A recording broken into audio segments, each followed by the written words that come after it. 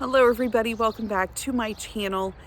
My name is Wendy, this is Will's Mountain Homestead, and today we're going to be talking about watering your garden and what I have found to be the best time and method to use. But I want you to take a look at something. We have not had rain in probably 3 weeks, and look at how dry my garden is. Like, just look at how dry it is. This is why it is important to use mulch or grass to be able to retain and hold in the water that you're giving them. It's been 3 weeks since we've had any substantial rain, and our temps in the daytime are getting in the 80s and 90s. And you can just see, I mean, it is just dry as a bone. Now, I say that my plants are doing very well. I do have mulch around, I would say 80% of them, and everything's growing at this point. I do need to mulch and weed, yes, but everything's doing relatively well. Whenever we bought our property, we did so because of this.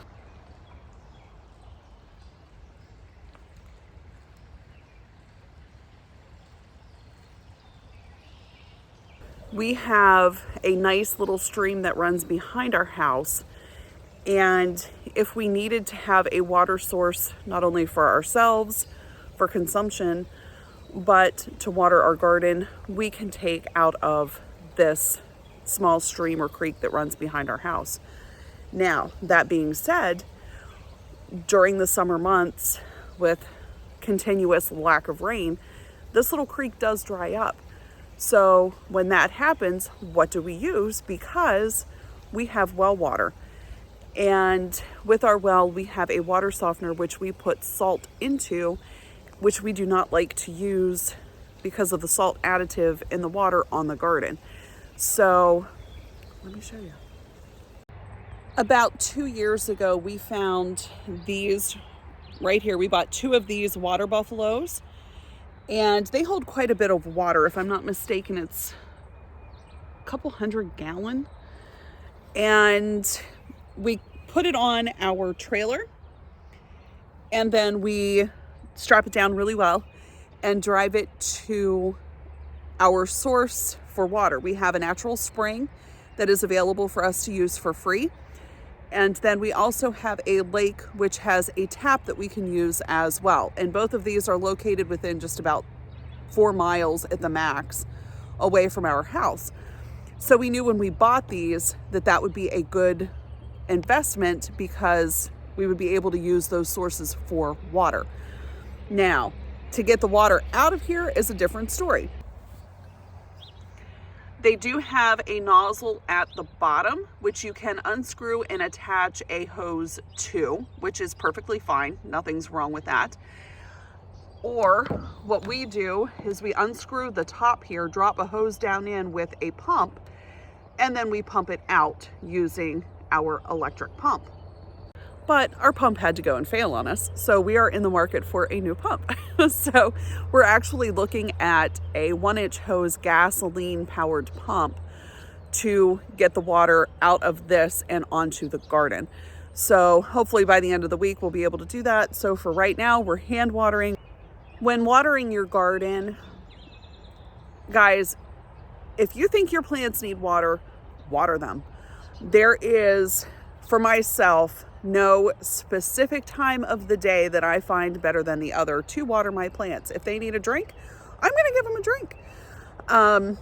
That being said, I have watered in the morning. I have watered in the evening. I have watered at night. I've watered at midnight. I used to work shift work.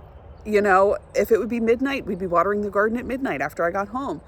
Or my husband works all different kinds of hours. So it just depends when you are available to do it, to get it done. I will say this though, I have found that if you water in the morning, your garden is resistant to some of the disease issues like your powdery mildews on your vining plants, like your pumpkins and your squash and zucchini and things like that. But have I watered at night? Absolutely. Have I watered in the morning? Absolutely. Have I watered in the middle of the afternoon? Yes, I have. Why? Because I do it when I am available to do it.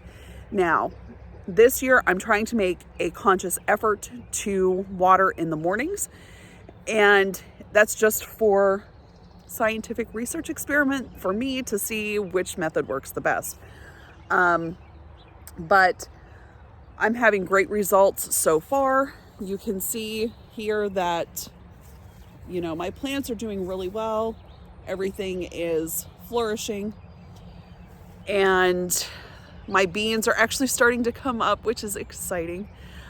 The only thing I will say is if you do water in the afternoon in the extreme heats when it's like 80, 90, 95 degrees out, and you do water, you will experience evaporation. So you will have a little bit of that water loss due to the high temperatures. So keep that in mind. But you will see here as we have planted, even though we have not had any rain, even our tomato plants are looking really, really good. I still have a little bit of planting left, but those guys aren't quite big enough to put in the ground yet, so we don't want to rush it.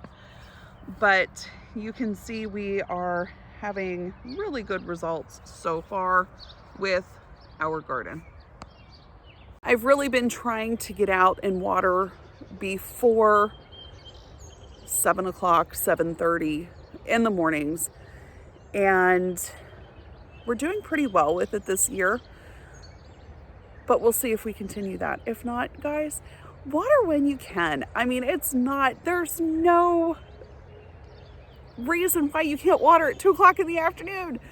If you get home and that's what time you have, water your garden. So thank you so much for watching me today, and I hope that if you're experiencing some dry weather like we're having now, look into alternate sources for water, just like we did by purchasing those water buffaloes to fill up at the local spring that we have.